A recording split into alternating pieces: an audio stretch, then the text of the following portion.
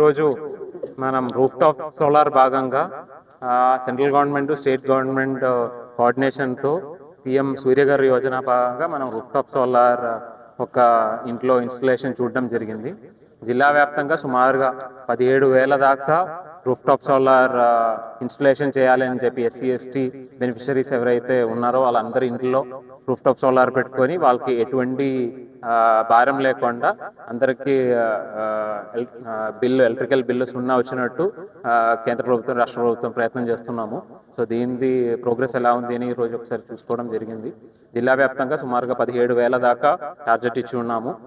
రోటోమాగ్ అనే కంపెనీ తరఫు నుంచి వాళ్ళు కాంట్రాక్టర్గా ఉండి వాళ్ళు జిల్లా వ్యాప్తంగా పనులు మొదలు పెట్టారు. సుమారుగా 1000 దాకా ఇన్స్టలేషన్స్ ఇప్పటికీ అయినాయి. రాబోయిన నెక్స్ట్ ఒక 1.5 monthలో పూర్తిగా రిమైనింగ్ ఉన్న 16,000 కూడా కంప్లీట్ చేస్తామని అనుకున్నారు.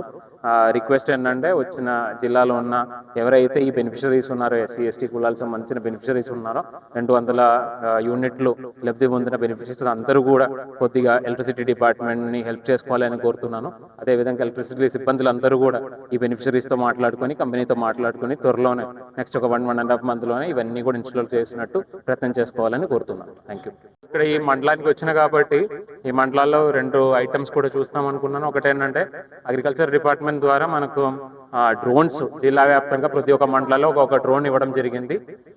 రాబోయిన కాలంలో మనకు డ్రోన్తోనే చాలా వరకు అగ్రికల్చర్ యాక్టివిటీస్ టేకప్ చేసుకోవడం జరుగుతుంది. ఎందుకంటే రైతులు కూడా డ్రోన్ ఫ్లై వలన చాలా బెనిఫిట్ పొందుతున్నాయి. ఇంతకుముందు చాలా టైం తీసుకున్న సందర్భం ఉందంటే ఇప్పుడు డ్రోన్తో 1 గంట 2 గంటల్లోనే ఇవన్నీ కూడా ఫర్టిలైజర్స్ కావచ్చు లేదంటే పెస్టిసైడ్స్ కావచ్చు ఇవన్నీ పెట్టుకోవడానికి అవకాశం దొరుకుతున్నాయి. సో అది ఒకసారి చూస్తాం అనుకున్నాను.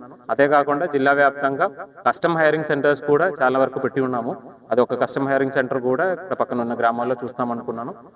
రాబోయిన సంవత్సరంలో ప్రధానమంత్రి ధన్ కృషి యోజన భాగంగా సుమారుగా 80 కోట్ల దాకా మెకనైజేషన్ కోసం కేటాయించడం జరిగింది. దాన్ని ఇక్కడ మన దగ్గర ట్రాక్టర్ నగర్లో సెంట్రల్ గవర్నమెంట్ ఒక ఇన్స్టిట్యూట్ కూడా ఉంటున్నాయి. వాళ్ళతో హెల్ప్ కూడా తీసుకొని రాబోయిన సంవత్సరం వీలైన వరకు ఇలాంటివి ఇంప్లిమెంట్స్ రైతులకు అందిస్తామని అనుకుంటున్నాను.